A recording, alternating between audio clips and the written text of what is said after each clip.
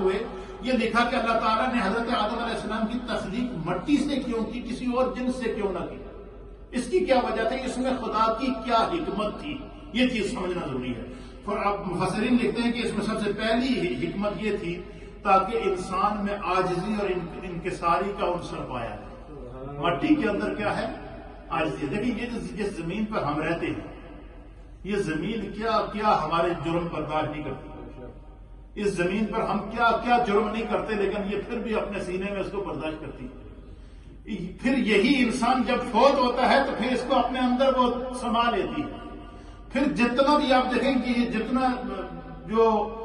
جتنی غلاظت ہے، جتنی گندگی ہے، جیسے کہ انسان جب قضائے حاجت کے لیے جاتا ہے، پیشاب کرتا ہے، پیشاب نجس ہے۔ جانور جتنے اللہ نے پیدا کیے ہیں وہ پیشاب کرتے ہیں، وہ نجس ہے۔ اسی طریقے سے دنیا کے اندر بڑے بڑے جرم اور گناہ ہوتے ہیں، یہ سب کچھ اسی زمین کے اوپر ہوتا ہے، وہ زمین اپنے اندر نگل لیتی ہے۔ انسان ہمارے فضلات، ہماری جب گندگی، ہمارے جسم سے نکلنے والی ہر وہ چیز جو ناپاک ہے، جس کو ہم اپنی طبیعت پر ناگوار، ہمیں اپنی طبیعت پر ناگوار گزرتا ہے، لیکن زمین اپنے سینے میں اسے سما لیتی ہے یا نہیں لیتی ہے؟ اس کی وجہ فرمایا کہ تخلیق انسان کو مٹی سے پیدا کرنے کی اللہ کی ایک حکمت یہ تھی کہ انسان بڑے سے بڑے مرتبے پر بھی پہنچ جائے، اس کے اندر عاجزی اس طرح آنی چاہیے جس طرح زمین ہر چیز اپنے اندر جذب کر لیتی ہے۔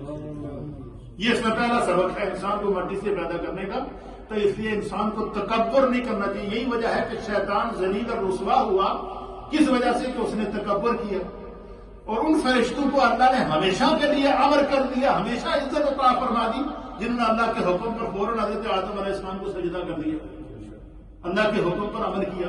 تو فرمایا کہ مٹی سے انسان کو پیدا کرنے کا سب سے پہلا جواب وہ اللہ کی حکمت کیا تھی کہ تاکہ انسان کے اندر عاجزی آئے، انکساری آئے، کیونکہ مٹی ہمیشہ عاجزی کی طرف لے جاتی ہے۔ دوسری حکمت کیا ہے؟ تاکہ انسان ستار اور پردہ پوش ہو جائے۔ ہمارے اندر بعض لوگ ایسے ہوتے ہیں جن کی یہ خواہش ہوتی ہے کہ میں جب تک دوسرے بندے کا پردہ فاش کر کے اس کو دنیا کے سامنے ذلیل اور رسوا نہ کروں، مجھے سکون نہ ملے۔ یہ ہوتا ہے یا نہیں ہوتا؟ بلکہ کچھ لوگوں کی تو یہ خواہش ہوتی ہے کہ یہ جہنم میں چلا جائے، اور یہ بھی خواہش ہوتی ہے کہ یہ جہنم میں بھی نظر نہ آئے، جہنم کا بھی جو سب سے نچلا طبقہ اس میں چلا جائے۔ یہ ہوتی ہے یعنی ایک دوسرے کے ساتھ دشمنی میں کہاں بڑھ جاتے ہیں۔ فرمایا کہ زمین اللہ نے انسان کو مٹی سے پیدا کیا، پھر اس کو عقل دی، وہ یہ تصور کرے کہ ہر طرح کی گندگی کو، ہر طرح کے گناہ کو، ہر طرح کے عیب کو، ہر طرح کی بدبو کو، ہر طرح کی چیز کو جب زمین اپنے سینے کے اندر جذب کرتی ہے، وہ اپنے اندر چھپا لیتی ہے۔ بندہ کوئی بھی گناہ کرے اور وہ اگر یہ چاہے کہ اس گناہ میں مجھے کوئی دیکھے نہ، وہ چھپ کر گناہ کرے، تو وہ زمین سے تو باہر نہیں نکل سکتا نا۔ یہ ہے یا نہیں ہے؟ وہ اگر کسی کمرے کے اندر چھپ کر بھی گناہ کرے گا تو پھر بھی وہ کمرہ بھی زمین کے اوپر ہی ہے نا۔ زمین کیا کرتی ہے؟ اس کا پردہ رکھتی ہے۔ فرمایا کہ انسان کو مٹی سے اللہ نے اس لیے پیدا کیا کہ اگر اس کے سامنے کسی کا عیب ہو تو وہ اس عیب کو کیا کر لے؟ چھپا لے۔ تیسری حکمت مٹی سے پیدا کرنے کی، تاکہ زمین کے ساتھ اس کا گہرا تعلق ہو، کیونکہ اسے اختلاف عرضی کے لیے تخلیق کیا جانا تھا۔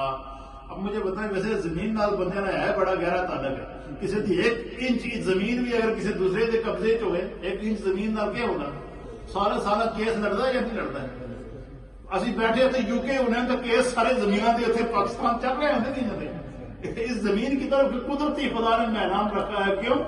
اس مٹی سے، اس زمین سے، یہ انسان اس کا پارٹ ہے۔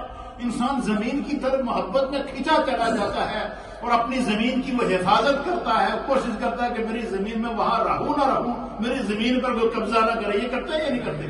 یہ ہم نے یہ کیوں؟ اس کی وجہ کیا ہے کہ انسان کو اللہ نے مٹی سے پیدا کیا، اور مٹی کی محبت اللہ نے زمین میں انسان کے اندر ڈال دی ہے، تخلیق کے اندر۔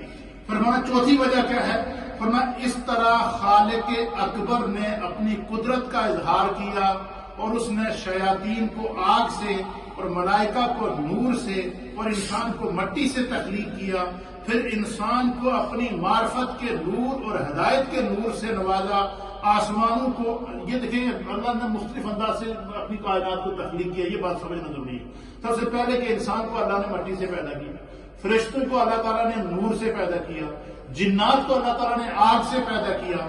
اسی طریقے سے یہ جو آسمان ہے، آسمان کو اللہ تعالیٰ نے یہ جو سمندر کے اوپر جب لہریں چلی ہیں نا، لہریں چلتی ہیں، سمندر کی لہریں جب اٹھتی ہیں، سمندر کی لہروں سے اللہ نے سات آسمان بنائے. سمندر سے اٹھنے والی جو لہریں ہیں اور جو موجیں ہیں، جو سونامی ہیں، جو طوفان ہیں، جو ریلیں ہیں بڑے بڑے پانی کے سمندر کے اندر، جب سمندر ایک دوسرے سے ٹکراتے ہیں آسمان تک پانی کے اوپر جاتے ہوئے نظر آتا ہے یا نہیں آتا؟ جب ساحل سمندر پر ہم جاتے ہیں، سائڈ آف سی پہ جاتے ہیں، تو جب سمندر کی لہریں آ کے پتھروں سے ٹکراتی ہے تو کیسے اوپر اٹھتے ہیں فوارے. تو فرمایا کہ اللہ تعالیٰ نے آسمانوں کو سمندر کے پانی سے، اس کی نہر سے پیدا کیا. انسان کو مٹی سے اس لیے پیدا کیا، آگے وجہ لکھتے ہیں اللہ فخر راضی کہ انسان کو مٹی سے اس لیے پیدا کیا، بنایا گیا تاکہ شہوت، غضب، حرص کی آگ میں اس کی آگ بجھا سکے، اور وہ آتشی ہیں اور صرف پانی سے بجھتی ہیں.